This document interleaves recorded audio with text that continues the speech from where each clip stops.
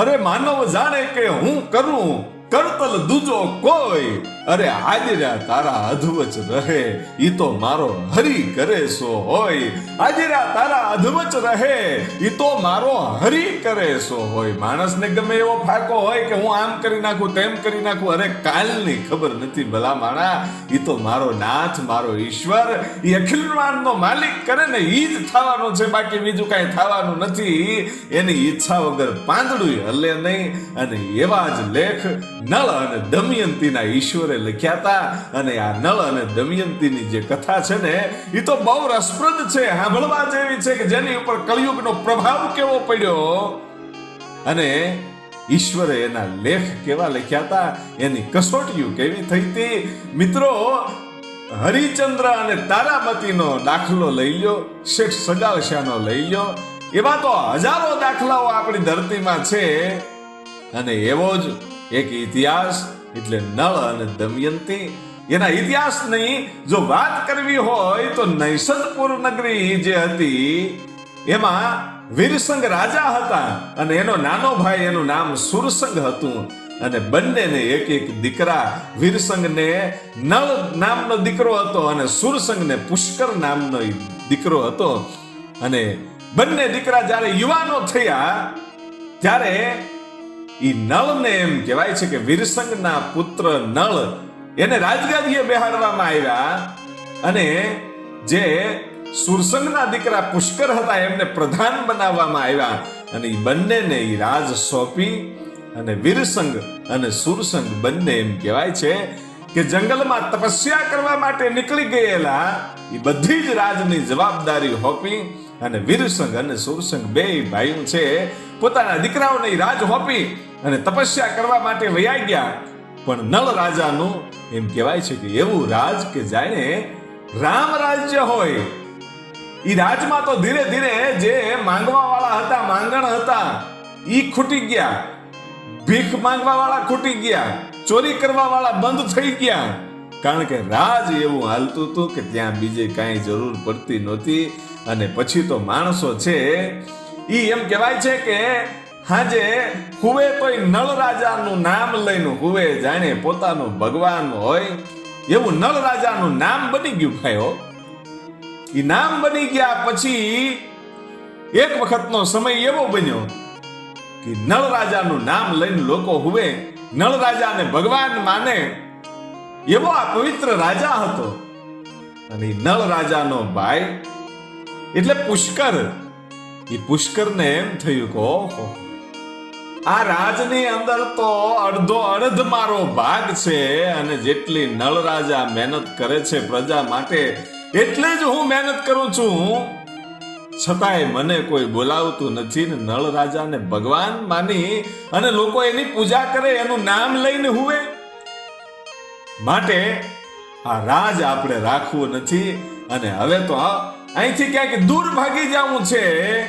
અને નળ રાજાના પગમાં ચરણોમાં પડી અને બે હાથ જોડી અને પુષ્કર પોતાના મોટા ભાઈ નળ રાજાને એમ કહે છે કે હું આ રાજ છોડીને જાઉં છું, આ પ્રધાનનું પદ છોડીને જાઉં છું. અને ત્યારે નળ રાજા કહે છે કે ભાઈ એમ જવાય નહીં, તું કહેતો હોય તો આ રાજ તને આપી દઉં, તને તકલીફ શું છે ઈ મને કે. અને કાંઈ પણ વાત કર્યા વગર એમ કહેવાય છે કે પુષ્કર છે ઈ નીકળી જાય છે અને ગંગાના કિનારે આવેલા પહાડોની ટોચ ઉપર જઈ અને બેઠો અને ત્યાં જઈને મીઠો વિચાર કરવા કે મારે જેટલું હું જેટલી ઊંચાઈ ઉપર છું એટલી ઊંચાઈ ઉપર તો નળ રાજાય નથી, હું એને કરતા ઉપર છું. એવું વિચારીને ત્યાં તપસ્યા કરવા માટે એ પુષ્કર છે ઈ બેહી જાય છે. અને સમય જાતા ઈ નૈષદપુર નગરીમાં એમ કહેવાય છે કે નળ રાજાના રાજમાં એ નળ રાજા તો પોતે પોતાના ભાઈના વિરહમાં ખૂબ દુખી છે. અને એમાં નારદજી આવી ચડ્યા. અને નારદજી જ્યારે આવે છે ત્યારે નારદજીનું નળ રાજાએ સત્કાર કર્યો, એનું સન્માન કર્યું, એનું સ્વાગત કર્યું. અને પછી કીધું કે મારે તમારી પૂજા કરવી છે. અને ત્યારે નારદજી છે એ એમ કહે છે કે કુંવારા પૂજા ન થાય, તારાથી ઈ પાટલે બેહાય નહીં, તું તો કુંવારો છો. હે કે હા.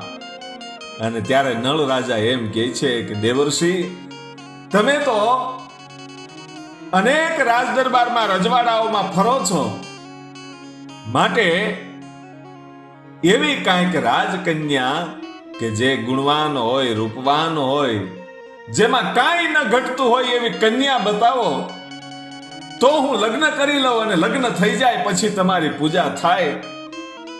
અને ત્યારે નારદજી એટલું કહે છે કે જે કુંદનપુર નગર છે, એ કુંદરપુર નગરના રાજા ભીમક અને એમના રાણી વ્રજાવતી છે, એને દમન ઋષિની ખૂબ સેવા કરેલી અને એના આશીર્વાદથી એને 3 દીકરાઓ થયા હતા અને એક દીકરી છે.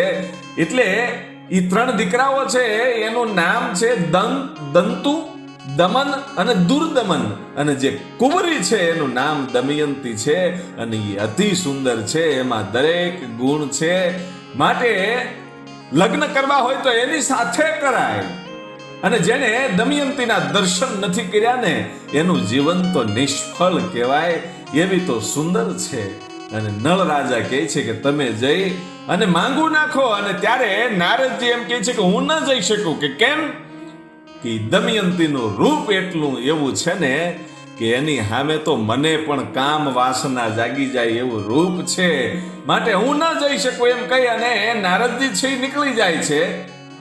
અને એ દમયંતી કેવી હશે, એનું સ્વરૂપ કેવું હશે કે જેને નારદજીને પણ કામ વાસના જાગી જાય એને જોઈને. નળ રાજા છે મનમાં વનમાં એ દમયંતીનું સ્મરણ કરે છે, એને યાદ કરે છે કે દમયંતીનું રૂપ કેવું હશે, એવા વિચારો કરે છે. અને એમાં એકવાર પોતાને એમ કહેવાય છે કે જંગલમાં જાઉં. એ નળ રાજા છે ઘોડે સવાર થઈને જંગલમાં ગયા અને સરોવરની અંદર એવું એક સુવર્ણ પાંખ વાળો હંસ જોવા મળ્યો. ભાઈઓ, એ હંસ છે એ સરોવરના કિનારે બેઠો હતો અને સરોવરના કિનારે બેઠેલા એ હંસને જોઈ અને જે દમયંતીની યાદ હતી એ ભૂલાઈ ગઈ અને એને હંસની અંદર એમ કહેવાય છે કે પોતે મોહિત થયા કે આ આવો હંસ જો મારા રાજમાં હોય તો કેવો આનંદ આવે.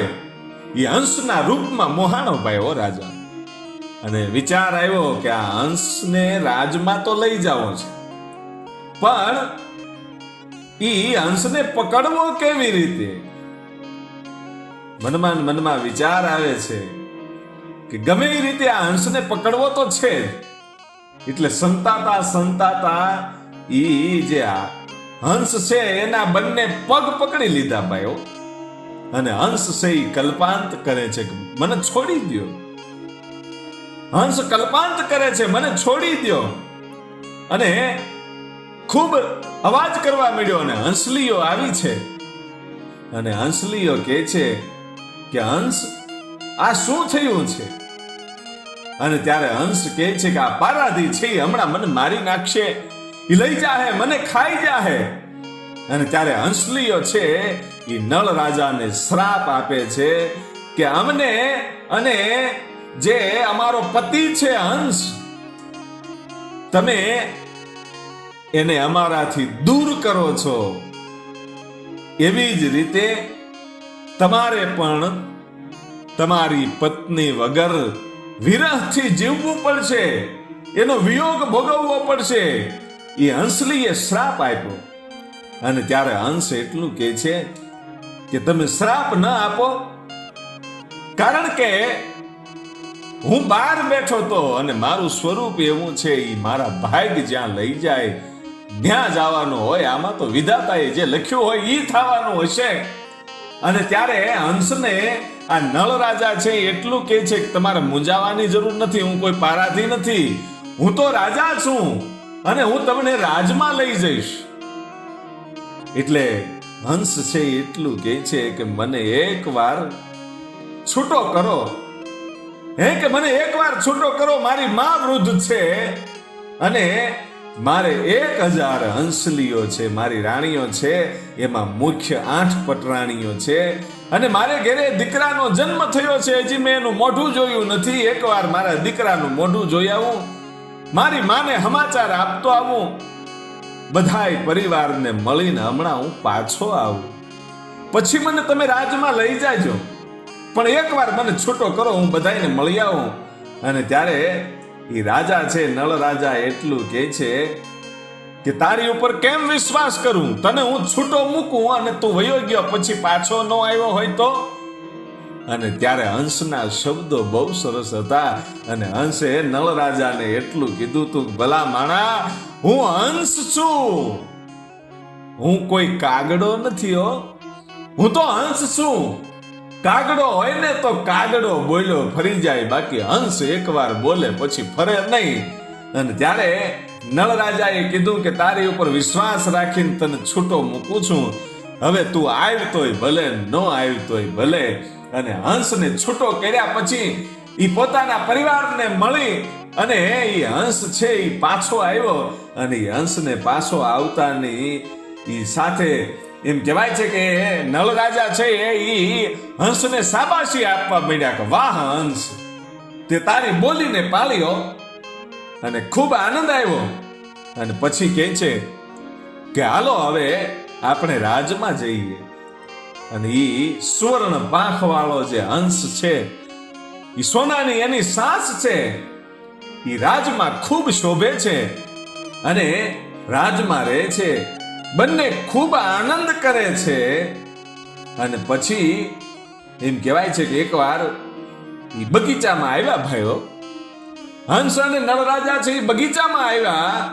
અને બગીચામાં ઈ વાતો થાય છે અને એમાં વાતમાંથી વાત છે ઈ સ્ત્રીની વાત નીકળી.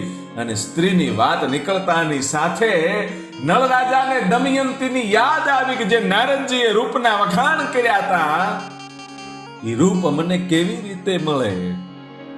અને ત્યારે આંખમાંથી આહુડાની ધાર થઈ અને હંસે એટલું કીધું કે આંખમાં આહુડા કેમ. અને ત્યારે નળ રાજાએ વાત કરી કે હંસ, મને દમયંતીની યાદ આવે છે, જો દમયંતી એકવાર મને મળી જાય ને તો મારું જીવન છે એ સુધરી જાય. અને ત્યારે હંસ એટલું કહે છે કે એનો તમને મિલાપ કરાવવો એ તો નાનકડી એવી વાત છે, તમે મારા મિત્ર છો એટલે હું તમને ગમે એ રીતે આ દમયંતી છે એનો મિલાપ કરાવી દઈશ, જવાબદારી મારી છે. અને પછી ત્યાંથી હંસ કહે છે ઈ મિલાપ કરાવી દઈશ. અને હંસ છે ઈ ત્યાંથી જવાની તૈયારી કરે છે. અને એટલું કહે છે કે મહારાજ તમારે દમયંતી જ જોવે છે, મારામાં એટલી તાકાત છે કે તમે કહેતા હોય તો નાગ કન્યાઓને લાવી દઉં, તમે કહેતા હોય તો ગંધર્વ કન્યાને લાવી દઉં, તમે કહેતા હોય તો અપ્સરાઓને લાવી દઉં. અને ત્યારે નળ રાજા એમ કહે છે કે નહીં, જેના નારદજીએ વખાણ કર્યા હોય એ સ્ત્રી જેવી તેવી હોય નહીં, માટે મારે જોવે તો દમયંતી જ જોવે. અને પછી હંસ છે એ ત્યાંથી રજા લઈ અને નીકળી ગયો. પૂનમની રાત હતી, એ અંજવાળી રાત. અને એમ કહેવાય છે કે દમયંતીના ઈ દરબારમાં ઈ હંસ આવી અને એક વૃક્ષની ઉપર બેઠો અને અગાસી ઉપર ચોપાટ રમે છે. ભાઈ દમયંતીઓ ચોપાટ રમે છે અને હંસ છે ઈ મીઠા મીઠા અવાજે પોતે બોલવા માંડ્યો અને નળ રાજાના ગુણગાન ગાવા માંડ્યો. ઈ વખતે આટલો સરસ અવાજ ક્યાંથી આવે છે, કયા પક્ષીનો છે, ઈ જોવા માટે જ્યારે દમયંતી નજર કરે છે ત્યારે વૃક્ષની ઉપર સુવર્ણ હંસને જોયો. એટલે એમ લાગ્યું કે ઓહો, આ જે હંસ છે ઈ મારા રાજમાં હોય તો રાજની શોભા વધે, પણ આને પકડવો તો પકડવો કેવી રીતે? પકડવાની કોશિશ કરી અને હંસ પકડાતો નથી. આ બાજુથી ઓલી બાજુ, ઓલી બાજુથી ઓલી બાજુ હંસ ઉડે છે અને દમયંતી છે એને પકડવાની કોશિશ કરે છે. છેલ્લે થાકી ગઈ અને ઊભી રહી ગઈ. ત્યારે હંસ એટલું બોલ્યો કે હું તો સ્વર્ગ લોકનો હંસ છું, મને માત્ર નળ રાજા સિવાય કોઈ પકડી શકે જ નહીં. અને પછી દમયંતી છે એ વિચાર કરે છે કે કાંઈક તો યુક્તિ અપનાવવી પડશે આ હંસને પકડવા માટે. એટલે પોતે સુંદર મજાનું એક કમળનું ફૂલ હાથમાં લઈ અને સરોવરની અંદર એ પાણીમાં ડૂબકી મારી ગઈ અને ફૂલ છે એ હાથ ખાલી માત્ર પાણીમાં રાખ્યો.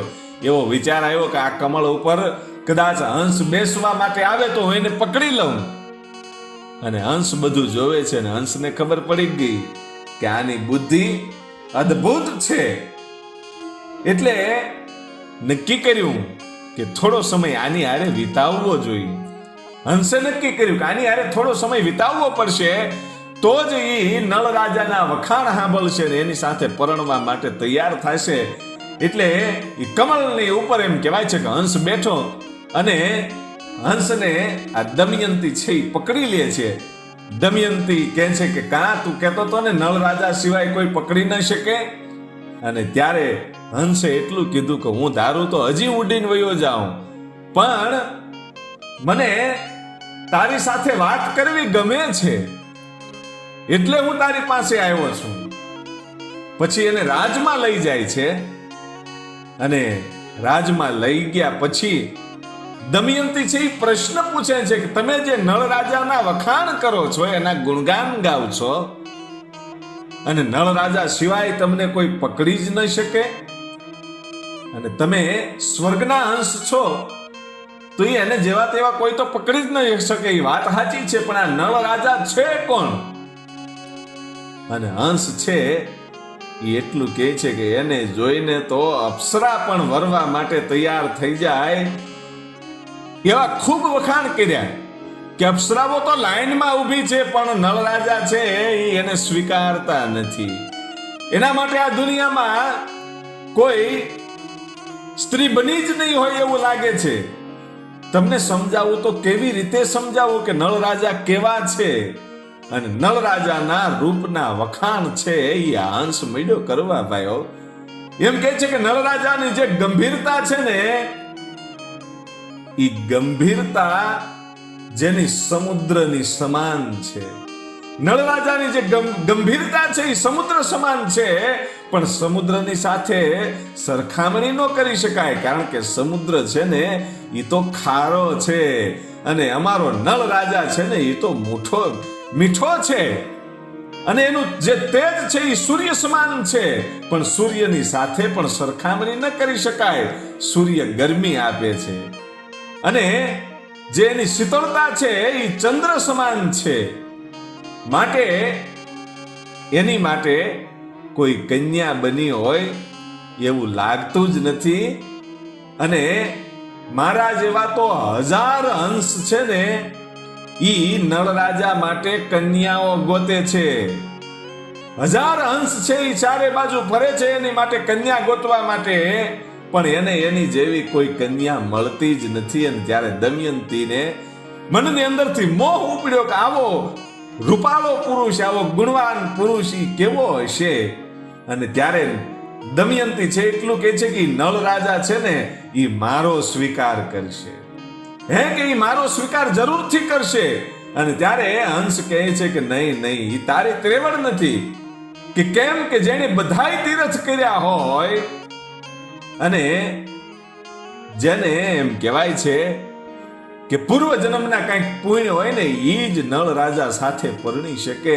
અને ત્યારે એમ કહે છે કે ગમે એમ થાય તમે મારો મિલાપ કરાવો, હે કે નળ રાજાની સાથે મારો મિલાપ કરાવો.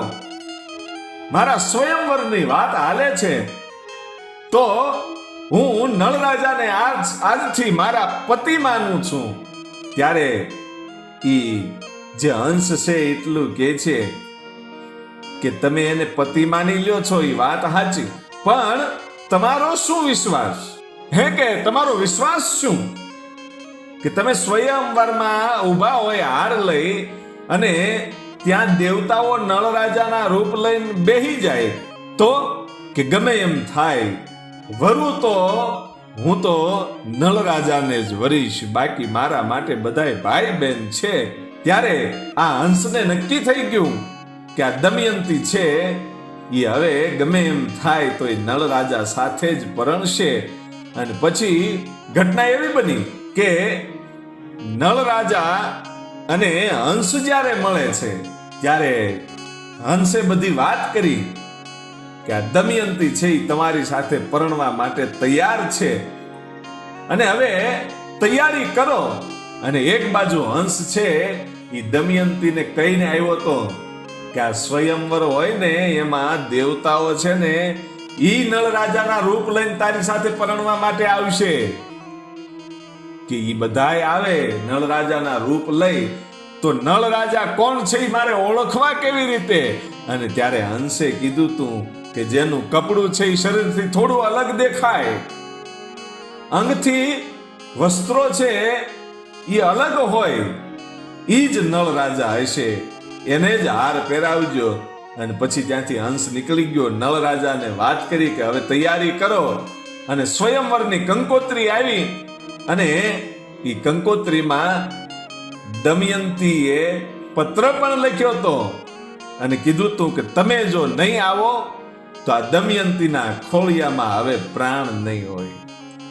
નળરાજાને એવો કાગળ મોકલ્યો કે હું તો તમને વરી ચૂકી છું, માત્ર હવે હાર પહેરાવવાનો બાકી છે, માટે સ્વયંવરમાં જરૂરથી આવજો. અને એ વખતે હંસ છે એ એટલું કહે છે કે રાજા હવે મને રજા આપો.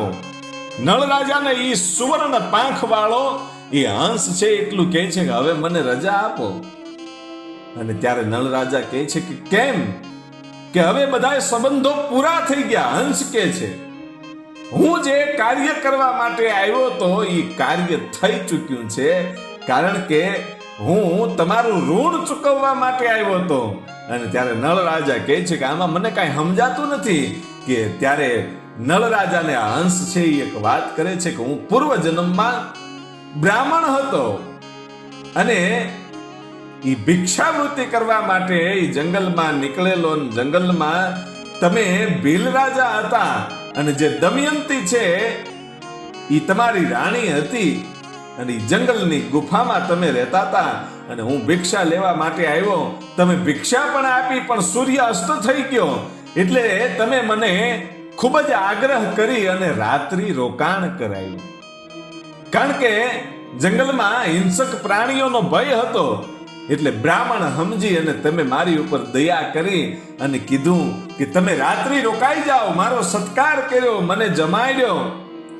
પણ ગુફાની અંદર માત્ર 2 જણા જ સૂઈ શકે એટલી જગ્યા હતી, એટલે તમારી રાણી સૂતી હતી અને એની બાજુમાં તમે મને હુંવડાવ્યો મારી રક્ષા કરવા માટે. અને તમે ગુફાની બહાર સૂતા હતા અને ગુફાની બહાર સૂતા પછી આખી રાત તો વહી ગઈ, પણ સવારે જ્યારે અમે બહાર નીકળ્યા ને ત્યારે ત્યાં તમે હતા નહીં, માત્ર તમારો મૃતદેહ હતો. હે કે ભીલા રાજાનો એ મૃતદેહ પડ્યો હતો, કારણ કે હિંસક પ્રાણીઓ એને મારી નાખ્યો તો, એના શરીરનું માંસ ખાઈ ગયા હતા. અને ઈ શરીરને પોતાના ખોળામાં લઈ અને તમારી રાણી છે ઈ સતી થઈ અને સતી થઈને ઈ અગ્નિ બળતા હતા. એની સામે હું જોઈ અને ખૂબ દુખી થયો કે મારા કારણે મને એકને બચાવવા માટે આ પતિ પત્નીએ બંને એમ કહેવાય છે કે પોતાના પ્રાણ છોડ્યા માટે મારાથી જીવાય નહીં. હે ઈશ્વર, આનું ઋણ ચૂકવવા મને પાછો મોકલજે હો, એવી પ્રાર્થના કરી અને એ અગ્નિની અંદર હું પણ કૂદી ગયો તો, મારા પ્રાણનો મેં ત્યાગ કર્યો તો. અને એ પછીના બીજા અવતારમાં તમે નળ રાજા થયા અને જે ભીલા રાણી હતા એ દમયંતી થયા અને હું હંસ બન્યો અને તમારું ઋણ ચૂકવવા માટે આવ્યો તો. તમને અને દમયંતીને મેં મેળવી દીધા છે, હવે માટે મને રજા આપો. અને પછી એ નળ રાજાએ એ હંસને રજા આપી અને રજા આપ્યા પછી હંસ વિદાય લે છે અને કીધું કે હવે હું ઋણમાંથી મુક્ત થયો છું. જ્યારે વિદાય લે છે ત્યારે હંસે 2 વાત બહુ સરસ કરી કે ભલામણ તમને કરું છું. હંસ કહે છે કે સ્ત્રીનો તમે ક્યારે વિશ્વાસ ન કરતા અને જુગાર નહીં રમતા. આ બે ટકોર છે એ હંસ કરતો ગયો ભાઈઓ, કે તમે જુગાર ન રમતા અને સ્ત્રીનો વિશ્વાસ નહીં કરતા. હંસ તો નીકળી ગયો અને નળ રાજા છે એ કુંદનપુરમાં જાય છે અને ત્યાં તંબુ નખાણા અને ભીમક રાજા છે એના માણસો છે એ બધાય રાજાઓ જે સ્વયંવરમાં આવે છે એના તંબુ નખાય છે, એનું ખૂબ જ સત્કાર કરે છે, આદરપૂર્વક એનું સન્માન કરે છે. અને એ વખતે સ્વયંવર બીજા દિવસે સવારે રચાવાનો હતો. એ વખતે નારદજી છે એ ઇન્દ્રલોકમાં ગયા અને ઇન્દ્રલોકમાં જઈ અને વાત કરી કે દુનિયાની અંદર ક્યાંય રૂપ નથી એવું રૂપ છે ઈ આ દમયંતીનું છે અને એનો સ્વયંવર છે. હે કે હા. અને દેવતાઓ છે એ નક્કી કરે છે, અગ્નિદેવ, વરુણદેવ, ઇન્દ્રદેવ અને યમદેવ, એ ચારે ચાર દેવતાઓ છે એ નક્કી કરે છે કે આપણે જવું છે આ સ્વયંવરમાં અને આપણે દમયંતીને પરણી જાવી છે. ચારમાંથી ગમે એકને દમયંતી હાર પહેરાવશે, કારણ કે આપણે રૂપવાન છીએ. એટલે એ સ્વયંવરમાં જ્યારે આવે છે એ તંબુમાં નજર કરી ત્યારે ખબર પડી કે અહીંયા તો નળ રાજા પણ છે અને નળ રાજાના રૂપની સામે આ દેવતાઓનું રૂપ પણ કાંઈ નહોતું આવતું. એટલે ઈર્ષ્યા જાગી કે આ નળ રાજા છે ત્યાં સુધી દમયંતી આપણને કોઈ દિવસ ઈ હાર પહેરાવે નહીં, તો કરવું શું? કે નળ રાજાને હવે ફસાવવા પડશે. કે કેવી રીતે? કે લ્યો બ્રાહ્મણનું રૂપ ધારણ કરો. અને ચારે ચાર દેવતાઓ છે એ બ્રાહ્મણનું રૂપ ધારણ કરી અને નળ રાજાના તંબુમાં જાય છે અને નળ રાજાએ એનો આદર સન્માન કર્યું અને પગે લાગી કીધું પધારો બ્રાહ્મણ દેવ. અને ત્યારે બ્રાહ્મણો જે દેવતાઓ છે એ બ્રાહ્મણોના રૂપમાં એટલું કહે છે કે એક વચન અમને આપો. હે કે વચન અમને આપો. કે શું વચન આપો? કે બસ તમે એકવાર વચન આપી દો કે બોલ્યા ફરશો નહીં. અને નળ રાજાએ કીધું કાંઈ વાંધો નહીં, હું તમને વચન આપું છું કે હું જે બોલીશ ઈ હું ફરીશ નહીં, તમે જે કહેશો એ હું કરીશ. અને ત્યારે આ ચારે ચાર દેવતાઓ છે એ બ્રાહ્મણમાંથી એ દેવતાઓના રૂપમાં પ્રગટ થઈ અને એટલું કીધું કે અમારે દમયંતીની સાથે લગ્ન કરવા છે, માટે તમારે દમયંતીના રાજ દરબારની અંદર જવાનું છે અને તમારા જે વખાણ લોકો કરે છે એ તમારે વખાણ નથી કરવાના. દમયંતીની સામે જઈ અને કહેવાનું છે કે નળ રાજામાં તો કાંઈ લેવાનું નથી, આ ચાર દેવતાઓ છે એ તમારે લાયક છે. કે હું જાઉં તો ખરો પણ કેવી રીતે જાઉં? ત્યાં તો પહેરેદારો હોય, દમયંતીના ઓરડામાં જાવું કેવી રીતે? અને ત્યારે ઇન્દ્ર રાજા એમ કહે છે કે હું તમને અદ્રશ્ય કરી દઉં છું, માત્ર તમને દમયંતી સિવાય કોઈ નહીં જોઈ શકે અને તમે સાધુના જોગીના વેશે જાઓ. એટલે નળ રાજાને જોગી બનાવી દીધા, કારણ કે પેલા વચન તો લઈ લીધું હતું કે અમે જેમ કેવી એમ જ તમારે કરવાનું છે. અને નળ રાજા કહે છે કે કાંઈ વાંધો નહીં, જેમ તમે કહેશો એમ જ હું કરીશ. અને નળ રાજા તો સતવાદી માણસ હતો, એટલે પોતે એમ કહેવાય છે કે એ અદ્રશ્ય થઈ અને જોગીનું રૂપ લઈ અને જ્યારે આ મહેલની અંદર દમયંતીના મહેલની અંદર જાય છે ત્યારે દમયંતીની સાથે વાત કરે છે કે તું નળ રાજાની પાછળ શું પડી છે? નળ રાજામાં તો અનેક દુર્ગુણો છે, એનામાં કાંઈ લેવાનું નથી, એનું તો આયુષ્ય ટૂંકું છે, હું બધું જાણું છું. માટે તું નળ રાજાને છોડી અને જે ચાર દેવતાઓ છે, વરુણદેવ, અગ્નિદેવ, યમદેવ, એ આ ચાર જે દેવતાઓ છે એ ચારમાંથી એકની સાથે લગ્ન કર. અને ત્યારે દમયંતી એમ કહે છે કે હું તો વરી ચૂકી છું, નળ રાજાને બાકી દેવતાઓને કહેજો એ પાછા વયા જાય, એનો મેળ પડશે નહીં. આ જે વાત થાય છે એ વાત એક વ્યક્તિ સાંભળે છે. કોણ? જે ઇન્દ્ર રાજાનો દૂત હતો, એ દૂત પાછળ આવ્યો હતો કે આ જે નળ રાજા છે ત્યાં જઈને પોતાના જ વખાણ કરે છે કે દેવતાઓના વખાણ કરે છે, જાણવા માટે મોકલેલો.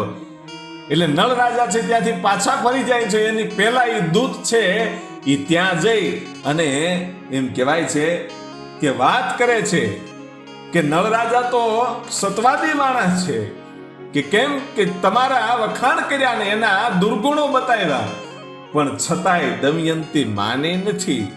એટલે ચારે ચાર દેવતાઓ નક્કી કરે છે કે દમયંતી ભલે ન માની, પણ આપણે એક વચન હજી એની પાસેથી નળ રાજા પાસેથી લઈ લઈએ અને કહીએ કે તમારું રૂપ છે એ અમને આપો, સ્વરૂપ આપો. એટલે દેવતાઓએ એમ કહેવાય છે કે નક્કી કર્યું કે આનું સ્વરૂપ માંગી લેવું છે. નળ રાજા જ્યારે પાછા આવે છે ત્યારે કહે છે કે અમને તારું સ્વરૂપ આપ. અને ચારે ચાર દેવતાઓએ નળ રાજાનું સ્વરૂપ લીધું અને બીજા દિવસે આ જે સ્વયંવર થયો એમાં દમયંતી છે પોતાના હાથમાં હાર લઈ અને ધીરે ધીરે નજર કરતી કરતી જાય છે અને એક પછી એક રાજાઓને હામી જોતી જોતી જોતી જોતી નીકળે છે. ત્યારે જે ભીમક નામના રાજા છે, આ દમયંતીના પિતા, એને કીધું કે બેટા મુહૂર્ત જાતું જાય છે, માટે થોડી ઝડપ રાખો ને. હવે કોઈ પણ વ્યક્તિને, તમને જે ગમતો વ્યક્તિ હોય એને હવે હાર પહેરાવી દો. અને ત્યારે દમયંતી છે એટલું કહે છે કે મારે તો હાર પહેરાવવો ને તો ઈ નળ રાજાને જ પહેરાવવો છે. હે કે હા. અને કીધું કે જો સામે નળ રાજા ઊભા. અને નળ રાજા ત્યાં જાય છે એટલે જોયું તો જે નળ રાજા હતા ને એ વચ્ચે બેઠા હતા અને બંને બાજુ બબ્બે દેવતાઓ બેઠા હતા. એક બાજુ વરુણદેવ અને અગ્નિદેવ બેઠા હતા અને બીજી બાજુ આ યમરાજ. ઈ ચાર દેવતાઓ ઇન્દ્રદેવ અને યમરાજી બે બાજુ બેઠેલા ને વચ્ચે નળ રાજા બેઠેલા, પણ પાંચે પાંચ એક જ સરખા સ્વરૂપ. કારણ કે નળ રાજાનું સ્વરૂપ આને લઈ લીધું હતું. એટલે દેવતાઓએ એવું નક્કી કર્યું કે આની સાથે આપણે લાઈનમાં બેસીએ એક સાથે, એટલે બધાયના એક સરખા સ્વરૂપ છે. એટલે પાંચમાંથી કોઈ પણને આ દમયંતી છે એ હાર પહેરાવી દે છે, એનો વિજય થાય ને એની સાથે દમયંતીના લગ્ન થાય. આવું નક્કી કરીને એક સાથે લાઈનમાં બેઠેલા. એટલે દમયંતી વિચાર કરે છે કે આમાં તો પાંચ પાંચ દેખાય છે.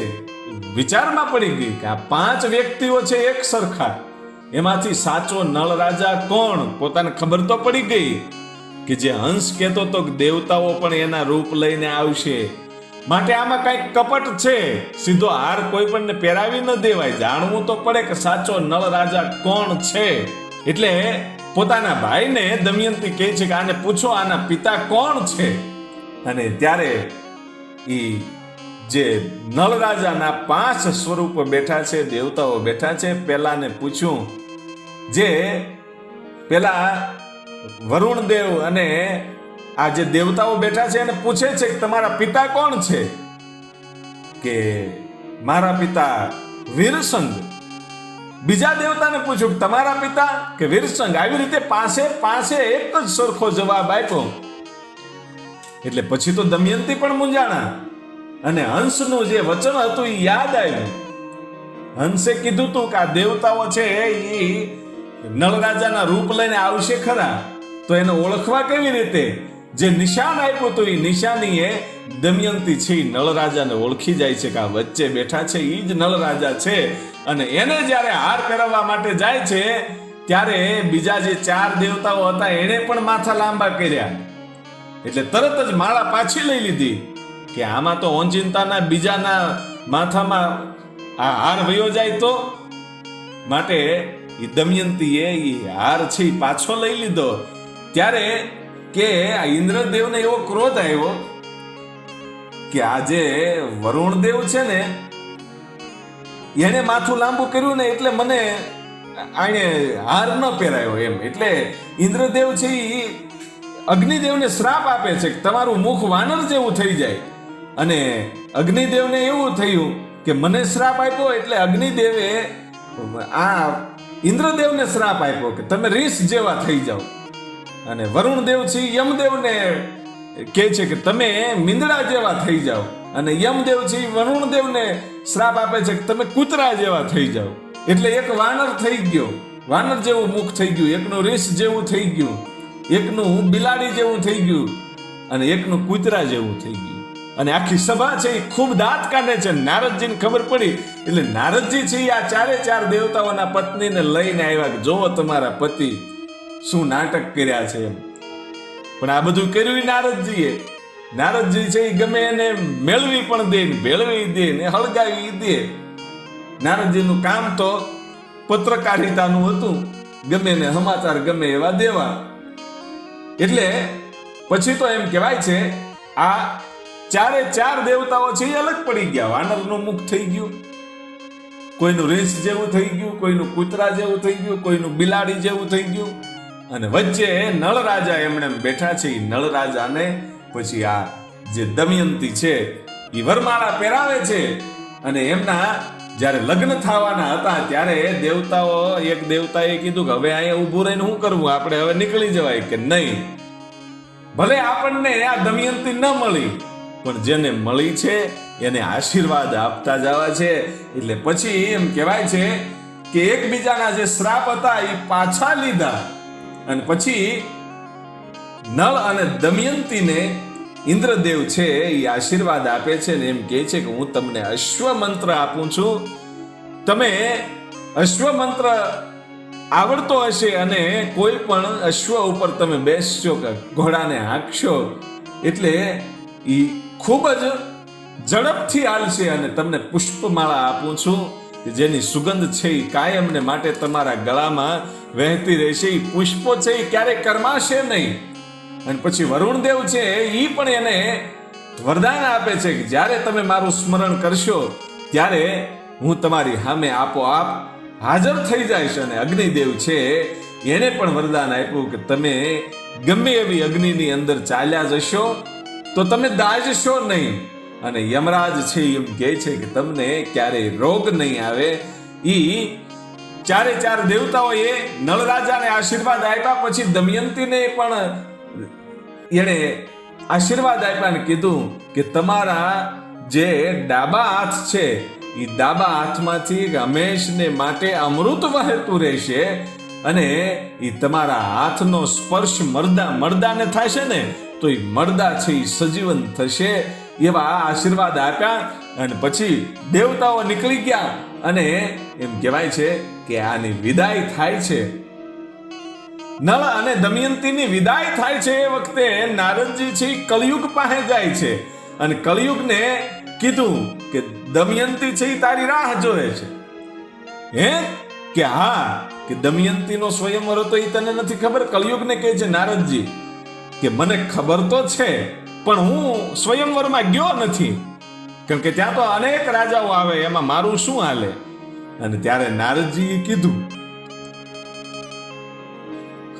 કે દમયંતીને તો તારી હારે જ પરણવું છે ને, તારી રાહ જોઈને ઊભી છે. કે હા. એટલે કળિયુગ છે એ તરત જ ત્યાંથી દોટ મૂકી અને એમ કહેવાય છે કે અહીંયા જ્યારે આવે છે ત્યારે ખબર પડી કે નળ રાજા એને પરણી અને લઈ જાય છે ને એની વિદાય થાય છે. ત્યારે કળિયુગને ખૂબ ક્રોધ આવ્યો અને કોપાયમાન થયો, નક્કી કર્યું કે ગમે એમ થાય આની બંનેની જોડી છે એ તોડાવી નાખું, એને જુદા પાડી દઉં અને હેરાન કરી નાખું એવું નક્કી કરી અને એની પાછળ ગયા. અને નૈસતપુરમાં એમ કહેવાય છે કે કળિયુગ છે એ અંદર પ્રવેશ ન કરી શક્યો. અને પછી તો નૈસતપુરની હદમાં ફરતો કળિયુગ છે એ ફર્યા કરે અને વિચાર આવે કે એકાદી વખત જો રાજા બહાર આવે તો એની અંદર હું પ્રવેશી જાઉં ને એની બુદ્ધિને ભ્રષ્ટ કરી દઉં, એવો વિચાર કરીને કળિયુગ રોકાણેલો. અને એમાં એકવાર હાંજના ટાણે એમ કહેવાય છે કે એક સરોવરની અંદર નળ રાજા છે સ્નાન કરવા માટે આવ્યા ને સ્નાન કરીને જ્યારે બહાર આવ્યા ત્યારે પગની પાણીની અંદર તલ જેટલી જગ્યા છે એ કોરી રહી ગઈ. અને ઈ જગ્યામાંથી કળિયુગ છે એને આ નળ રાજાના શરીરની અંદર પ્રવેશ કર્યો અને બુદ્ધિને ભ્રષ્ટ કરી અને ત્યાંથી નીકળી. અને એમ કહેવાય છે કે જે દ્વાપર યુગ છે એ કળિયુગ છે એ દ્વાપર યુગની પાસે જઈને મદદ માંગે છે ને એટલું કહે છે કે તમે જે જંગલની અંદર નળ રાજાનો નાનો ભાઈ પુષ્કર છે એ તપસ્યા કરે છે, એને રાજ અપાવવાનું છે અને નળ રાજાને વન અપાવવાનું છે. અને પછી દ્વાપર છે એ બ્રાહ્મણના રૂપમાં જાય છે ભાઈ ગંગાના કિનારે પહાડોની ઉપર જે પુષ્કર છે એ તપસ્યા કરતો હતો. અને ત્યાં જઈને કીધું કે ભલા માણા, તું અહીંયા તપસ્યા કરશો અને તારા ભાગનું રાજ ઈ આ નળ રાજા ભોગવે, માટે આ રાજમાં તારો હક છે અને એ રાજ તને પાછું મળવું જોઈએ. અને પછી કળિયુગ છે એ દોડી અને આ પુષ્કરને બથ ભરી જાય છે ને એની અંદર પ્રવેશ કરી જાય છે અને એની બુદ્ધિ ભ્રષ્ટ કરી અને પછી આ વિચાર કરે છે. દ્વાપર યુગ અને કળિયુગ બંને એમ કહેવાય છે કે બ્રાહ્મણના રૂપમાં આવેલા અને કળિયુગ છે એ આની અંદર પ્રવેશ્યો અને બુદ્ધિને ભ્રષ્ટ કરી. એટલે પુષ્કરને મનની અંદર એમ થઈ ગયું કે આ હા મારી હારે બહુ ખોટું થયું છે, મારે મારા રાજને લેવું પડે. આ રાજ લેવા માટે મેળવવા માટે કરવું શું? અને ત્યારે ઈ દ્વાપર યુગ ને કળિયુગ છે એ એમ કહે છે કે હું છે ને પાસા બની જાઉં અને મારો મિત્ર જે દ્વાપર છે ઈ હીરાનો માણેક મોતીનો એક પોઠિયું બની જાય. ઈ પોઠ લઈ અને તું જા, એટલે પાસા ફેંકજે, હું તને જીતાડીશ. અને ઈ નળ રાજાની હારે જુગાર રમજે, એને હરવી દેજે અને એને વનમાં મોકલી દેજે. અને પછી એમ કહેવાય છે કે કળિયુગ છે ઈ પાસા બની ગયો અને જે દ્વાપર યુગ છે ઈ એક પોઠ બની ગઈ હીરામાંથી મોતીની ભરેલી. અને ઈ લઈ અને જ્યારે એ રાજમાં જાય છે ત્યારે નળ રાજા ખૂબ એનો આદર કરે છે અને કહે છે કે ભાઈ તું પાછો આવ્યો, કે પાછો તો આવ્યો છું, પણ હવે તમારે મારી હારે આ ચોપાટ રમવી પડશે, જુગાર રમવો પડશે. કે જુગાર તો હું નહીં રમું, કારણ કે એને હંસની વાત યાદ આવી ગઈ કે ક્યારેય જુગાર રમશો નહીં. અને ત્યારે પોતાનો ભાઈ એમ કહે છે કે જુગાર તો રમવું જ પડશે, તો જ હું અહીંયા રહીશ, નહીતર પાછો વયો જાઉં. અને ત્યારે નળ રાજા છે પોતાના ભાઈ પુષ્કરને એટલું કહે છે કે ભાઈ તું હવે જાતો નહીં, તારે જોતું હોય તો હું તને રાજ આપી દઉં, પણ તું અહીં રોકાઈ જા. કે હું રોકાઈ જાઉં, પણ એક જ શરત કે મારી હારે તમારે જુગાર તો રમવું જ પડશે. એટલે પછી નળ રાજાને એમ લાગ્યું કે ભાઈ મળતો હોય તો ભલે જુગાર રમવું પડે ને. હા પાડી. એ વખતે આકાશમાંથી એમ કહેવાય છે કે રક્તનો વરસાદ થયો ભાઈ, અમંગળનું એંધાણ દેખાણું. અને દમયંતી છે એ દાસીને કહે છે કે મહારાજાને કયો આ જુગાર ન રમે, બાકી રાજ જો ભાઈને આપવું હોય પુષ્કરને તો આપી દે, બાકી જુગાર રમવાનું માંડી વાળો એ ન કરો. અને છતાંય નળ રાજા સમજ્યા નહીં અને એ ભયંકર જુગાર રમાણો. એમાં પુષ્કરની જીત થઈ અને મહારાજા નળ રાજા છે એની હાર થઈ. એટલે દાસીને કીધું કે હવે તમે મહારાણી દમયંતીને કહેજો કે પોતાના બંને દીકરાઓને લઈ અને પિયરમાં વયા જાય, હું તો હારી ગયો છું એટલે હવે વનમાં જાઉં છું. અને ત્યારે દમયંતી આવીને એટલું કીધું કે જે સ્ત્રી પોતાના પતિનો સાથ ન આપે ઈ સ્ત્રી જ ન કહેવાય, માટે હું તમારી સાથે આવીશ અને બાળકોને એના મહાલમાં મોકલી દઉં. એટલે ઈ ગોરદાદાની સાથે રથ તૈયાર કર્યો અને બંને બાળકોને પોતાના મહાલમાં મોકલી દીધા. અને નળ અને દમયંતી બંને એમ કહેવાય છે કે વનમાં જવા માટે નીકળી ગયા. પોતાના ભાઈ પુષ્કરને ઈ રાજ હોપી અને વનમાં જવા માટે નીકળી ગયા. અને એ વખતે પુષ્કરે ઢીંઢોરો ટીપાવી અને રાજની અંદર એવું કેવરાવી દીધું કે આ નળ અને દમયંતીને કોઈ આશરો આપશે કે પછી એને કોઈ પાણી પાશે કે કોઈ ખાવા દેશે, તો એને જેમ ગાણીમાં સિંગ નાખીને તેલ કાઢી નાખે ને એવી રીતે હું ગાણીમાં નાખીને એ લોકોને પીલી નાખીશ. અને એ આખા દેશની અંદર એમ કહેવાય છે કે આખા રાજ્યની અંદર હાહાકાર થઈ ગયો કે આને કોઈ પાણી ન આપતા, નહીતર આપણને પીલી નાખશે, કોઈ ખાવા નહીં દેતા. અને નળ અને દમયંતી છે ઝડપથી ત્યાંથી નીકળી જાય છે અને એક દિવસ, 2 દિવસ ને 5 દિવસના વાણા વાઈ ગયા, પણ પાણીએ મળ્યું નથી. જમવાની વાત તો અલગ છે, પાણીએ મળ્યું નહીં. અને 7 દિવસ થયા પછી તો દમયંતી કે નળ રાજા છે એ હાલી શકતા નથી.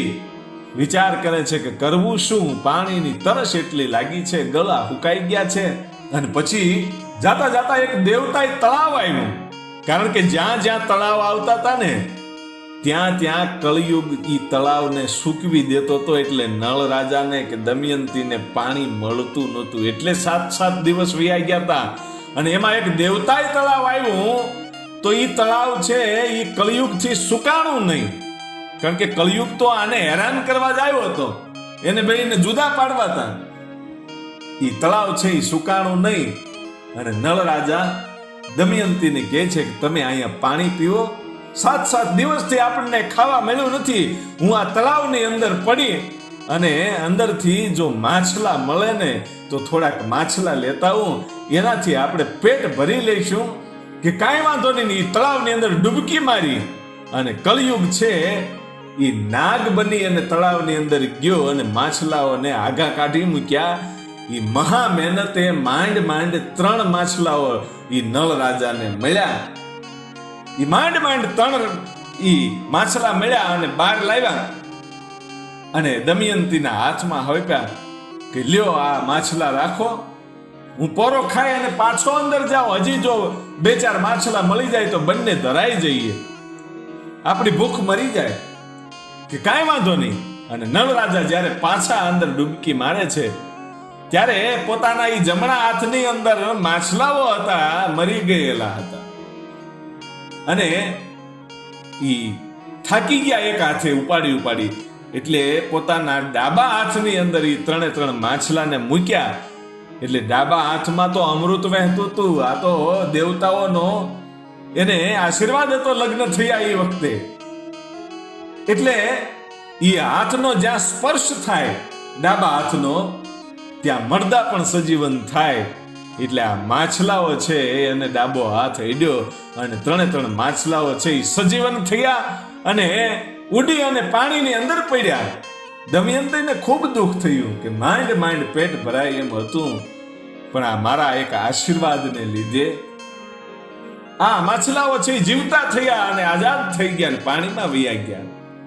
અને પછી એક પણ માછલું આ નળ રાજાને મળ્યું નહીં. એટલે એમણે પાછા આવ્યા અને જોયું તો દમયંતીના હાથમાં માછલા નહીં. પૂછ્યું કે માછલા ક્યાં? કે મહારાજ મારા ડાબા હાથમાં પડ્યા અને એને જીવતદાન મળ્યું, ઉલળીને પાણીમાં વયા ગયા. પણ અહીંયા તો કળિયુગનો એવો પ્રકોપ હતો કે બુદ્ધિ ભ્રષ્ટ થઈ ગઈ હતી. નળ રાજા કહે છે કે ઈ પાણીમાં નથી પડ્યા, ઈ તારા પેટમાં પડ્યા છે. પતિને મૂકીને તું એકલી આ 3 માછલા ખાઈને ધરાઈને બેઠી છો. અને દમયંતી એની આંખમાંથી આહુડાની ધાર થાય છે કે સ્વામીનાથ, મેં ઈ માછલાઓ નથી ખાધા, કે તારો તો મારે ત્યાગ કરવો જોઈએ. અને ઈ ભૂખ્યા પાછા હાલતા થયા. નળ રાજા છે પછી એને બોલાવતા પણ નથી, ચાલતા થાય છે. અને નળ રાજાને દમયંતી એટલું કહે છે કે થોડાક ધીરે હાલો, મારાથી હલાતું નથી, મને ભૂખનું માર્યું ચક્કર આવે છે, માટે મને તમારી સાથે રાખો. અને નળ રાજા કહે છે કે 3 માછલા ખાઈ ગઈને પાછા ઢોંગ કરે છે, તારો તો મારે ત્યાગ કરવો જોઈએ. એવો વાતું કરતા એ ચાલ્યા જાય છે. અને એમાં કળિયુગને એમ લાગ્યું કે આને હજી પણ થોડાક હેરાન કરું. એટલે કળિયુગ છે એ મોટા બગલાનું રૂપ લઈ અને નળ રાજા જે રસ્તે હાલ્યા જતા હતા એની આગળ બેસી ગયો. અને અહીંયા તો ભૂખનું મારું ક્યાંય રહેવાતું નહોતું. 7 દિવસ વયા ગયા હતા ખાધા પીધા વગર. એટલે નક્કી કર્યું કે આ બગલાને પકડી અને એને ખાઈ જાવો છે, બેયનું પેટ ધરાઈને ભરાઈ જાય. એટલે તરત જ નળ રાજાએ દમયંતીને કીધું કે તમે અહીંયા ઉભા રહ્યો, મારે આ બગલાને પકડવો છે, પણ પકડવો કેવી રીતે? એટલે દમયંતી કહે છે કે એ તો હવે તમારે યુક્તિ કંઈક અપનાવવી પડશે. કે કાંઈ વાંધો નહીં, મેં જે કપડાં પહેર્યા છે, પિતાંબરી પહેરી છે, એ કાઢી અને આ બગલાની ઉપર નાખું એટલે બગલો ઢકાઈ જશે, ઉડી શકશે નહીં. એટલે એને પકડી લઈશ માટે તમે ઘડીક વાર પાછા ફરીને ઊભા રહી જાઓ, કારણ કે મારે નગ્ન થવું પડશે. કપડા બધા કાઢીને બગલાની ઉપર નાખવા પડશે, ફેંકવા પડશે. એટલે દમયંતી છે એ પાછું વળીને ઊભા રહી ગયા અને પોતાના દરેક જાતના કપડા કાઢી નગ્ન થઈ અને એ બગલાની ઉપર કપડા નાખ્યા. અને બગલો છે એ તો કળિયુગ હતો અને સીધો જ કપડા લઈ અને ઉડી ગયો ભાઈઓ. અને રૂવાડા બેઠા થઈ ગયા કે આહા, કરવા વાળી કર્યો. આજ તો પોતાના અંગ ઉપર એક પણ કપડું નથી રહ્યું ભાઈ. નળ રાજા ખૂબ મૂંઝાણા, કરવું તો કરવું શું? અને દમયંતીને કીધું કે તમે હવે ત્યાં ને ત્યાં રહેજો. કપડા લઈ અને બગલો ઉડી ગયો છે. અને પછી દમયંતી છે એ પાછા હાલતા આવી અને પોતાની જે એક જ હાડી જેને પહેરી હતી એનું અડધું વસ્ત્ર છે ઈ નળરાજાને આપે છે. નળરાજાએ કમરે વીંટ્યું અને એક જ કપડામાં ઈ બંને એમ કહેવાય છે કે ત્યાંથી ચાલતા થાય છે ભાઈઓ. ત્યાંથી ચાલતા થયા અને હાંજ પડી અને હુતા. ઈ અડધીક રાતને ટાણે નળરાજાને એમ લાગ્યું કે આ સ્ત્રી, જોજો કળિયુગ આ બધી બુદ્ધિ બગાડે છે. નળરાજાને એમ લાગ્યું કે આ સ્ત્રી તો કેવી ધરાઈને હોતી છે, 3 માછલા ખાઈ ગઈ છે, મને એક પણ ના આપ્યું, મને ભૂખ્યો રાખ્યો. આવી સ્ત્રીનો તો ત્યાગ કરી દેવો જોઈએ એવું વિચારી અને ત્યાંથી નીકળી ગયા ત્યાગ કરીને. પણ થોડેક દૂર જઈને પાછો વિચાર આવ્યો કે હા, એક સ્ત્રીને હું જંગલમાં છોડીને વયો જાઉં, ગમે એમ તોય મારી પત્ની છે, એટલે પાછા આવે છે. અને જ્યારે દમયંતીની હામું જોવે છે, ઘસઘસાટ ઊંઘતી જોઈ, ત્યારે પાછો મનની અંદર વિચાર આવ્યો કે આ સ્ત્રીને તો ત્યાગ કરી દેવાય. આને ક્યાં આપણો સાથ આપ્યો છે, એકલું ખાઈ લીધું છે, એટલે પાછો છોડીને વયા જાય. અને થોડેક આગળ હાલે ત્યાં પાછો વિચાર આવે કે નહીં, મારે આને છોડીને ન જવાય. એટલે પાછા આવે ને પાછા જાય. આવી રીતે આખી રાત વીતી ગઈ. અને પછી કળિયુગને એમ લાગ્યું કે આને હજી આ સ્ત્રીનો મોહ છે અને ગમે એ રીતે મારે આને નોખા પડાવવા છે.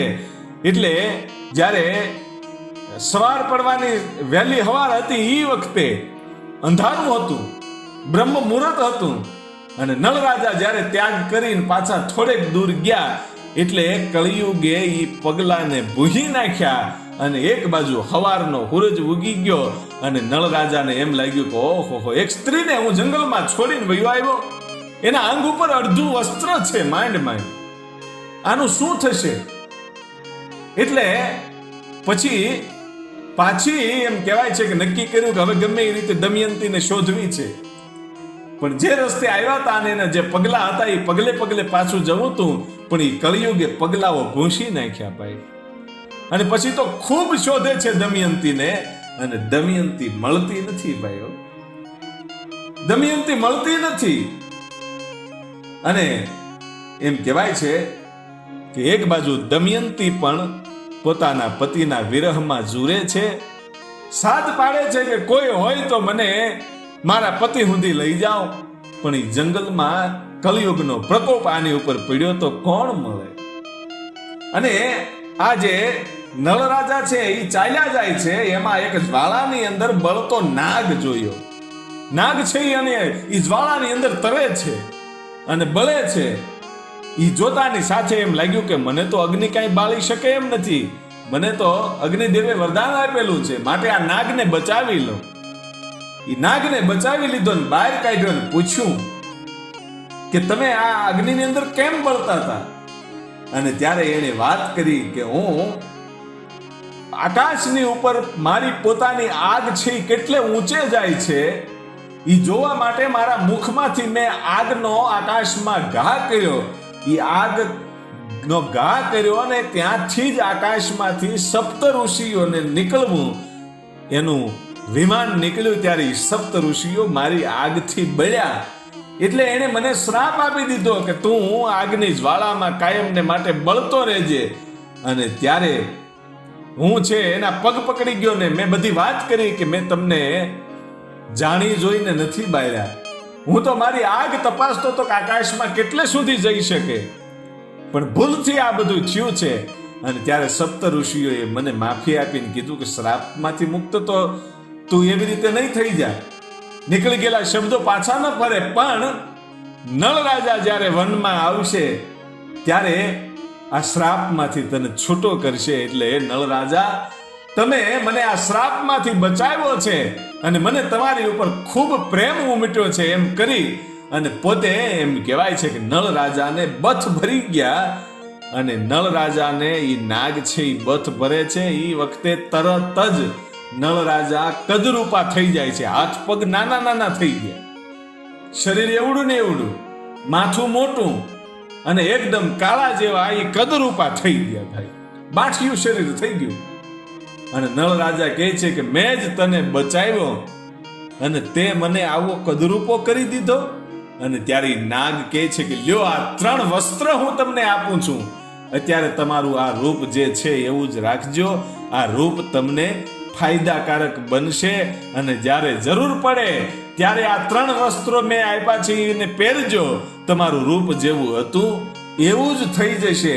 અને ત્યાંથી નળ રાજા છે એ અયોધ્યામાં આવ્યા અને ત્યાં રાજા ઋતુપર્ણનું રાજ હતું. અને ત્યાં આવ્યા ત્યારે એ રાજા છે એ પૂછે છે કે તમે ક્યાંથી આવો છો? અને ત્યારે એ નળ રાજાએ થોડું ખોટું બોલ્યું ને એટલું કીધું કે હું નળ રાજાના રાજમાંથી આવું છું. નળ રાજા અને દમયંતીને વનવાસ મળ્યો છે, માટે એનો જે ભાઈ છે પુષ્કર એ ખૂબ પ્રજાને રંજાડે છે, એનાથી કંટાળીને અમે નીકળી ગયા છીએ. એટલે હું નીકળી ગયો છું ને નોકરીને ગોતવા માટે નીકળ્યો છું.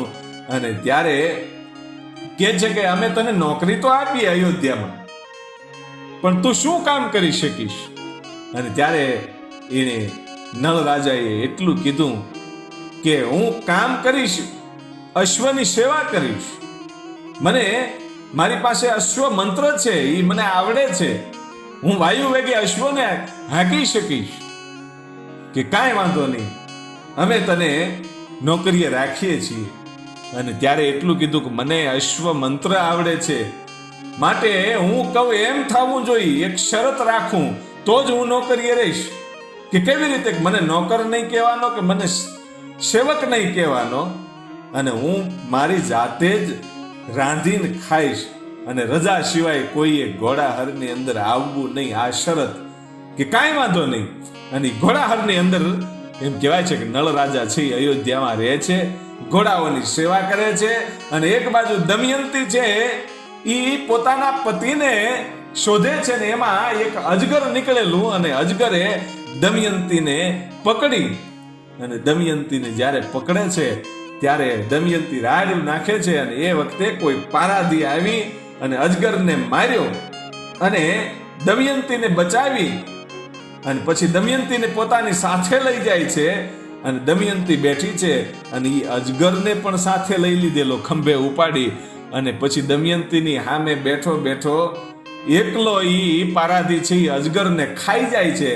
ત્યારે આને ખૂબ દુઃખ લાગ્યું કે આ કેટલો ક્રૂર માણસ છે કે અજગરને પણ ખાઈ ગયો.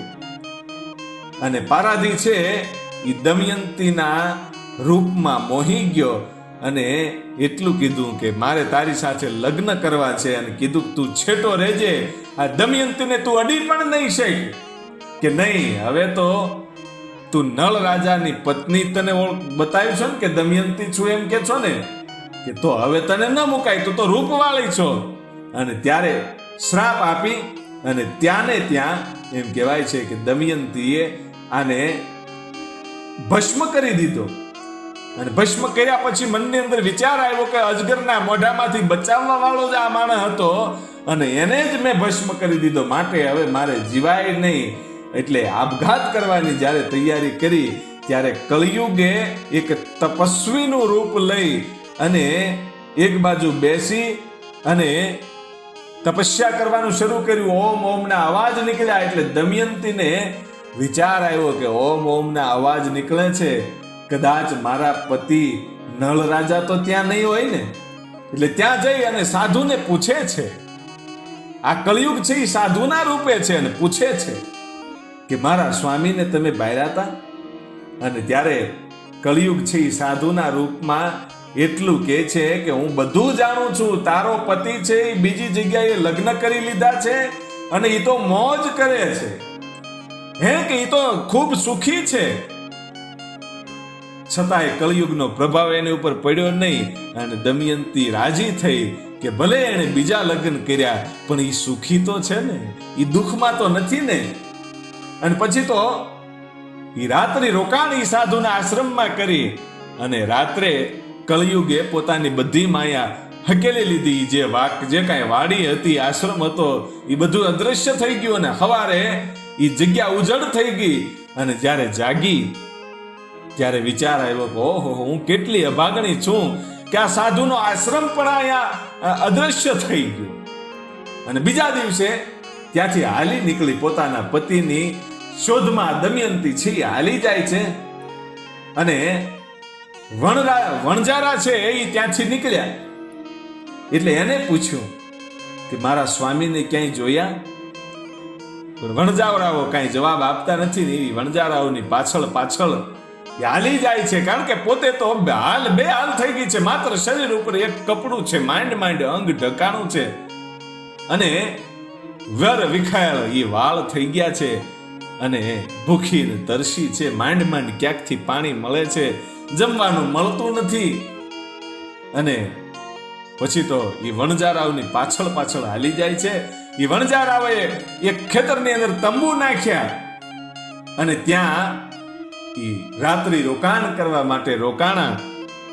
અને તેની બાજુમાં આ જે દમયંતી છે એક વૃક્ષની નીચે એ હુઈ જાય છે. ને એ વખતે જે સુબાનું રાજ હતું એ રાજ્યમાંથી 100 જેટલા હાથીઓ છે એ નીકળેલા.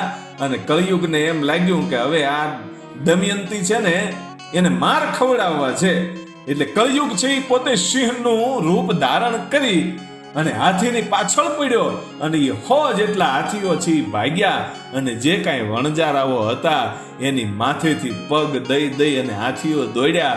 એટલે ઘણા બધા બાળકો મરી ગયા, ઘણી બધી સ્ત્રીઓ મળી ગઈ, ઘણા બધા જે પુરુષો હતા, વણજારાઓ હતા એ મરી ગયા. અને પછી સવાર સુધી હવ કલ્પાંત કરે છે અને એવું વિચારે છે કે આ બધું શું થયું, આ કેમ આ લોકો મરી ગયા, શું થયું તું કઈ ખબર ન પડી. અને ત્યારે કળિયુગ છે એ કોઈ સાધુના રૂપે જઈ અને એટલું કહે છે કે હા, અમી જે બાઈ બેઠી છે ને એ તમને લાગે છે રૂપાળી પણ અભાગણી છે. એ જ્યાં જાય છે ને ત્યાં બધું આવું જ થાય છે. એને જ આ તમારા સંતાનોને, તમારી દીકરીઓને, તમારી બૈરાઓને એને જ આ બધું નુકસાન પહોંચાડ્યું છે. કે હા, એટલે જેટલા લોકો બચાતા એ દોડી અને જઈ અને દમયંતીને મારે છે. લોહી જાણ કરી દીધી અને દમયંતી છે ત્યાંથી એ હાલ થઈ ગયેલા હતા અને ત્યાંથી ભાગી. દમયંતી છે એ ભાગી ભાઈઓ. અને ભાગતા જે સુબાહુનું રાજ્ય હતું એ રાજ્યની અંદર ગઈ. અને એ રાજ્યમાં ઈ દમયંતીના માસીના જે દીકરા છે એનું રાજ હતું. અને એના માસીનું નામ ભાનુમતી હતું. એ ભાનુમતી છે એ જરૂર કે બેઠા હતા અને આને આવતી જોઈ ભાઈઓ કે કોઈ સ્ત્રી છે એ દોડીને આવે છે અને કોઈ લોકો એની પાછળ પડ્યા છે, આને બચાવવા જોઈએ. એટલે દાસીને કીધું કે ઓલી સ્ત્રી જે દોડીને આવે છે એને બોલાવી. એટલે દમયંતીને ત્યાં લઈ જવામાં આવ્યા. અને પછી ભાનુમતી છે એ પૂછે છે કે તમે કોણ છો? અને ત્યારે દમયંતીએ સાચું ન કીધું. એણે એવું કીધું કે હું દમયંતીની દાસી છું. કે આવા હાલ કેમ? કે નોકરી ગોતવા માટે નીકળી છું. હું રાજા નળ અને દમયંતીને વનવાસ મળ્યા પછી પ્રજા બહુ દુખી છે એટલે નોકરી ગોતવા માટે નીકળી છું. અને ત્યારે ભાનુમતી એટલું કીધું કે મારી દીકરી જે ઇન્દુમતી છે એની સાથે તમે રહો. કે કાંઈ વાંધો નહીં. પછી ઇન્દુમતીની સાથે રહે છે.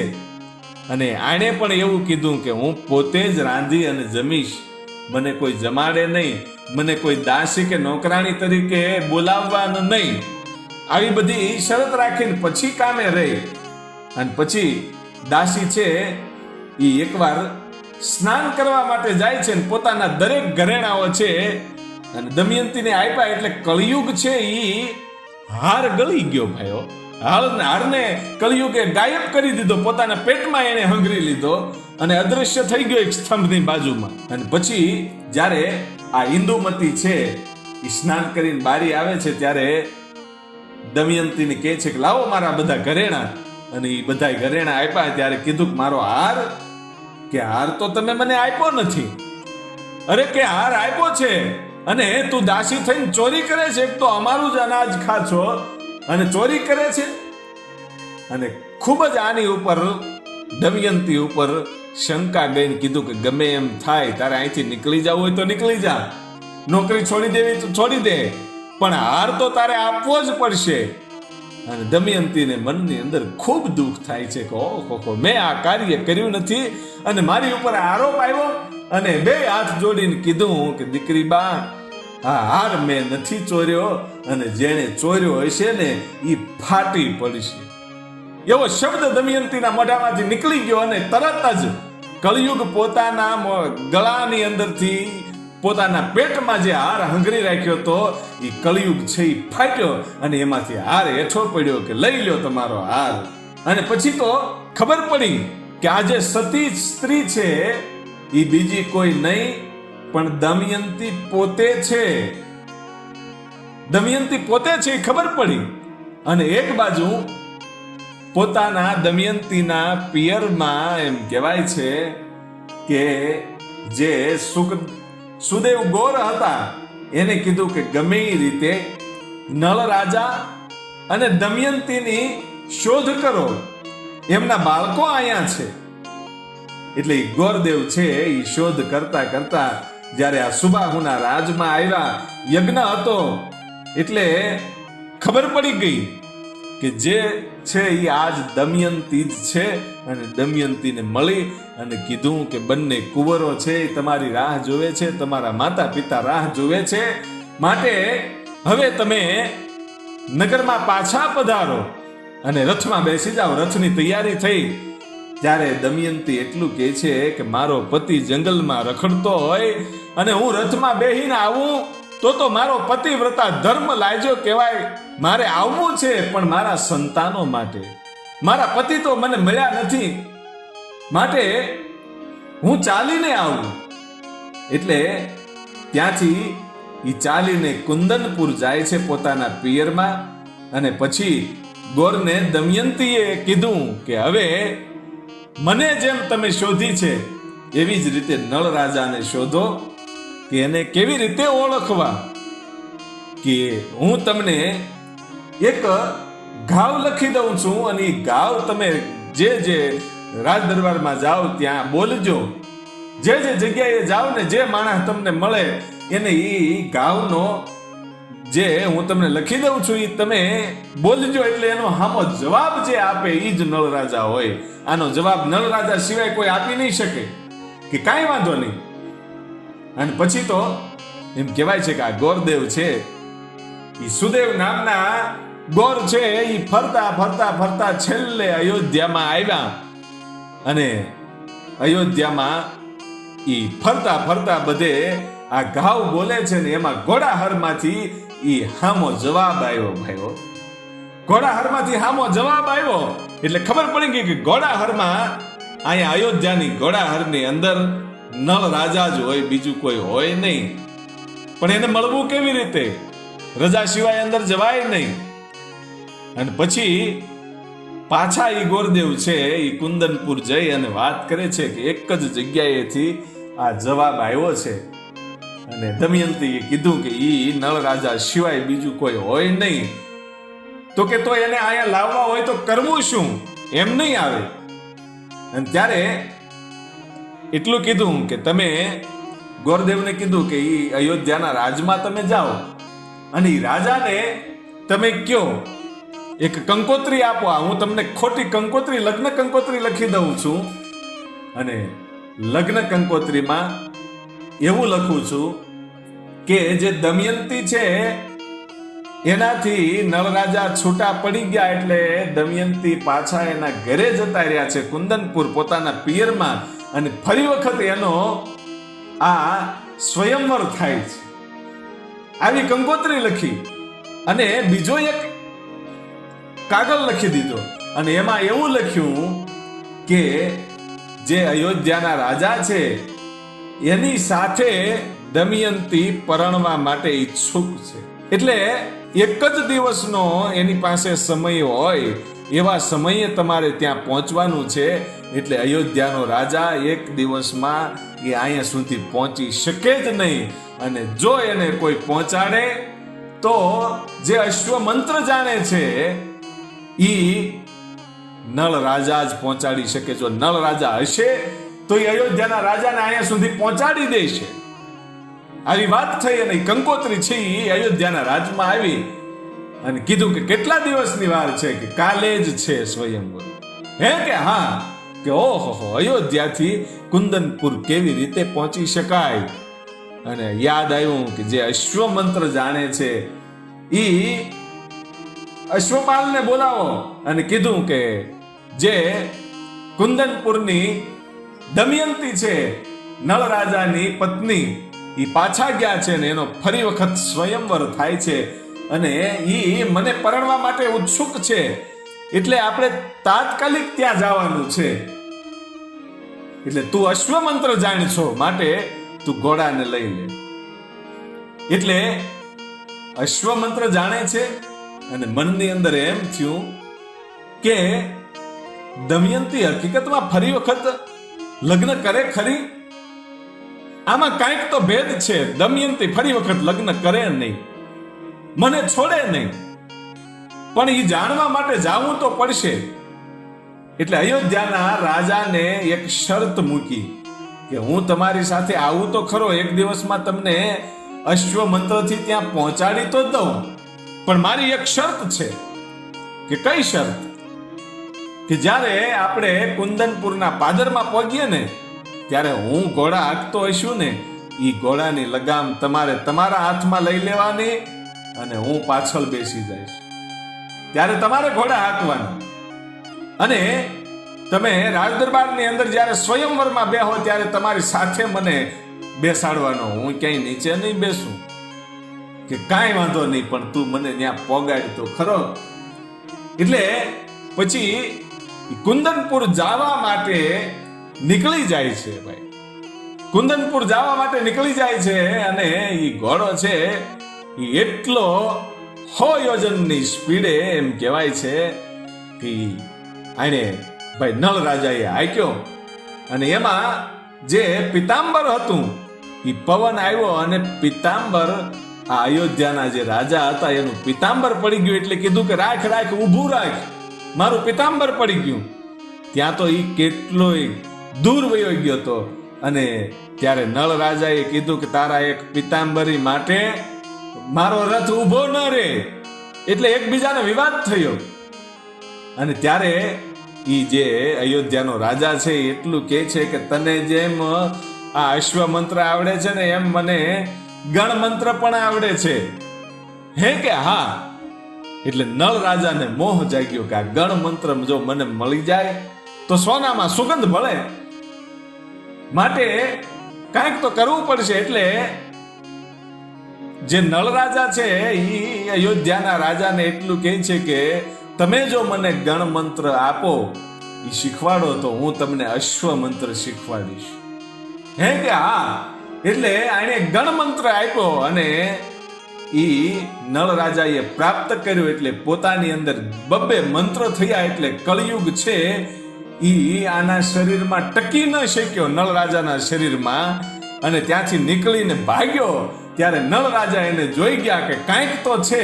એટલે એની ચોટલી પકડી અને ઊભો રાખ્યો કે કોણ છો અને શું કામ આવ્યો છો? અને ત્યારે કળિયુગ છે એ પોતાના બંને હાથ જોડીને એટલું કહે છે કે રાજા માફ કરો નળ રાજા, તમારી જે કાંઈ હાલત કરી છે એ મેં કરી છે. હું દમયંતીને પરણવા માટે આવ્યો તો અને તમે એને પરણીને લઈ જતા હતા એટલે મને ઈર્ષ્યા થઈ અને તમને તમારું જીવન જે ધૂળ ધાણી કરી નાખ્યું છે એ મેં કરી નાખ્યું છે. હું તમારા શરીરની અંદર પ્રવેશેલો હતો. હે કે હા? કે તમને જેટલા દુઃખ દીધા છે એ મેં દીધા છે. માટે હવે હું જાઉં છું અને હવે તમારી બુદ્ધિ ભ્રષ્ટ હતી એ પાછી સારી થઈ જશે, કારણ કે તમારી અંદરથી હું નીકળી ગયો છું અને મને હવે જવા દો. કે નહીં, તને એમ જવા ન દેવાય. અને ત્યારે કળિયુગ એટલું કહે છે કે મારામાં બધા જ ગુણ ખરાબ છે, એ વાત સાચી, પણ મારામાં એક સારો ગુણ પણ છે. કે કયો ગુણ? કે કળિયુગનો જે યુગ છે એ યુગ હાલતો હોય અને કળિયુગમાં કોઈ માણસ 6 મહિના પ્રભુની ભક્તિ કરે ને તો એને ઈશ્વરની શક્તિઓ પ્રાપ્ત થાય, એને ભજન પ્રાપ્ત થાય. એટલું નહીં, ઈશ્વરના દર્શન પણ થઈ શકે. નર છે એ ધારે તો નારાયણ પણ બની શકે. અને દ્વાપર યુગ હોય કે સતયુગ હોય, આ બધા યુગમાં હજારો વર્ષ સુધી ઋષિ મુનિઓ તપસ્યા કરે છે, છતાંય એને ઈશ્વરના દર્શન નથી થતા. એ માત્ર કળિયુગની અંદર 6 મહિનામાં થઈ જાય. હે કે હા? કે તો એ તારામાં સદગુણ છે, એ બહુ સારો કહેવાય. માટે જે ઈશ્વરની ભક્તિ કરતો હોય એનામાં તું વહતો નહીં અને બેડાના ઝાડમાં તારો વાસ કર. જે લોકો માંસ મદિરા કરતા હોય એની પાસે તું વાસ કર. બાકી સત્યને જેને છોડ્યું નથી એને તું ક્યારે હેરાન કરતો નહીં. એમ કહી અને એ બેડાના ઝાડમાં એનો વાસ કરાવી અને ત્યાંથી નીકળી જાય છે. અને એક બાજુ જે પુષ્કર છે એની બુદ્ધિ પણ સુધરી, કારણ કે કળિયુગ તો એનો પ્રભાવ જે હતો એ બધું પોતાનું હંકેલી અને નીકળી ગયો હતો. એટલે અંદરથી એમ થયું કે ઓહો, આ ગાદીએ મને કોણે બેહાડ્યો? મારી બુદ્ધિ કેમ ભ્રષ્ટ થઈ? મારો ભાઈ ક્યાં હશે? નળ રાજા ક્યાં હશે? મેં આવડી મોટી ભૂલ કેમ કરી? એ પોતે પોતાના ભાઈના વિરહમાં પુષ્કર છે એ રોવે છે. અને એક બાજુ ઈ નળ રાજા છે ઈ જાય છે ભાઈ આ રાજદરબારની અંદર, અને આના તંબુ નખાણા અને એની સાથે જ અયોધ્યાના રાજાની સાથે જ નળ રાજા રહે છે. અને દમયંતીને ખબર પડી ગઈ કે જે અયોધ્યાના રાજાની સાથે માણસ છે ઈ જ નળ રાજા હોય એવું લાગે છે. માટે દાસીને કીધું કે એને બોલાવો અને એનો ઉતારો છે બગીચામાં આપો, એટલે એની ખરી ખાતરી થઈ જશે. એટલે નળ રાજાને બોલાવવામાં આવ્યા અને બગીચામાં એને ઉતારો આપવામાં આવ્યો. અને સુકાઈ ગયેલું ઝાડ હતું અને બરાબર રસોઈ કરવાનો જ્યારે સમય આવ્યો એ વખતે નળ રાજા છે ઈ પોતે પોતાની કામળી છે એ વૃક્ષની ઉપર ઘા કરે છે, એટલે વૃક્ષ છે એ તરત લીલું થઈ જાય છે. એટલે દમયંતી છે એ પોતાની દાસીને એટલું કહે છે કે આ વરુણ દેવના આશીર્વાદ છે, જેના કારણે આ જે વૃક્ષ છે એ લીલું થઈ ગયું. એટલે આ નળ રાજા જ હોય, નળ રાજાને આ વરુણ દેવનું આશીર્વાદ છે એટલે આ વૃક્ષ લીલું થયું. અને પોતાને રસોઈ બનાવી હતી એટલે પડખે જે ખાલી ઘડો હતો એ ઘડાને હાથ અડાડ્યો એટલે ઘડો છે પાણીનો ભરાઈ ગયો. ત્યારે દમયંતી દાસીને કહે છે કે આ બધી કૃપા વરુણ દેવની છે. આ બધા દેવતાઓએ જે આશીર્વાદ આપ્યા હતા એની આ કૃપા છે. અને પછી પોતાને રાંધવાનું હતું એટલે અગ્નિ ઓટોમેટિક પ્રગટ થયો. એટલે કીધું કે આ અગ્નિદેવનો આ છે ને એની ઉપર આશીર્વાદ છે. અને પછી એમ કહેવાય છે કે દમયંતી છે એ પોતાના બંને સંતાનોને લઈ અને નળ રાજાની સામે જાય છે. ત્યારે નળ રાજાને ખબર પડી ગઈ કે દમયંતી આવ્યા છે અને એ મને ઓળખી પણ ગયા છે. માટે કીધું કે આ મારા નિયમોથી દૂર છે, મારી રજા સિવાય કોઈ મારી પાસે આવી ન શકે, એટલે માટે તમે થોડી વાર ઉભા રહ્યો. અને થોડી વાર ઉભા રહ્યા, કારણ કે પોતાના નાનકડા હાથ હતા, નાનકડા પગ હતા, શરીર અને માથું મોટું હતું, એ કદરૂપા હતા. કારણ કે નાગે એને બથ ભરી હતી ત્યારે એવું રૂપ બનાવી દીધું હતું. અને પછી નાગે આપેલા જે 3 વસ્ત્રો હતા ઈ જ્યારે પોતે ધારણ કર્યા ત્યારે પાછા ઈ એમ કહેવાય છે કે પોતાના સ્વરૂપમાં આવ્યા. અને ઈ કુંદનપુરમાં હવને ખબર પડી કે નળ રાજા પોતે છે. અને પછી તો નળ અને દમયંતીને જોઈ અને હવ લોકો એમ કહેવાય છે કે ખૂબ રાજી થયા. અને પછી ઈ રથમાં બેહી અને પોતાના જે રાજ્ય છે ત્યાં જવા માટે નૈષદપુર નામનું જે નગરી છે પોતાના રાજ્યમાં જવા માટે નીકળ્યા અને ગામના પાદરમાં જ્યારે પહોંચ્યા ત્યારે સમાચાર મોકલાવ્યા કે ભાઈ પુષ્કરને સમાચાર આપો કે નળ રાજા પધાર્યા છે. અને પુષ્કરને ખબર પડી એટલે ખૂબ રાજી થયો, પણ એમ થયું કે મેં એની હારે ખોટું કર્યું છે, માટે એની મારે માફી માંગવી જોઈએ. એટલે પોતાના મુખમાં એ ખાહડું લીધું, જોડું લીધું, જે આપણે પગરખું કહીએ, પોતાના મોઢામાં રાખ્યું અને પોતાના બંને હાથ છે એ શરીરની સાથે પાછળ જોડી દીધા અને ઈ જમીનમાં ટહડાતો આવ્યો અને પ્રણામ કર્યા. ત્યારે નળ રાજાએ તરત જ એનું મુખમાં રહેલું ખાહડું કાઢી નાખ્યું, હાથ છોડાવી દીધા અને કીધું કે ભાઈ આ દશા કે હું તમારી માફી માંગવા માટે આવ્યો છું, મારાથી જે ભૂલ થઈ ગઈ છે એને માફ કરો અને તમારું રાજ પાછું મેળવો. અને ત્યારે નળ રાજાએ એટલું કીધું કે ભાઈ આ ભૂલ તારી નથી, આ બધું કરાવનારો તો કળયુગ હતો અને એને મેં બગાડી મૂક્યો છે. અને આવી પરિસ્થિતિઓ જેણે સત્યને પકડી રાખ્યું છે, જે સાચા લોકો છે, એની જ આવી બધી કસોટી થતી હોય છે. આ કથા હતી નળ અને દમયંતીની. અને હવે પછી આપણે મળીએ છીએ આગળના ઇતિહાસમાં. ત્યાં સુધી આપ સૌને જય માતાજી, જય જોગમાયા. અમારી યુટ્યુબ ચેનલ આઈ મોગલ સ્ટુડિયોને જરૂરથી સબસ્ક્રાઇબ કરજો.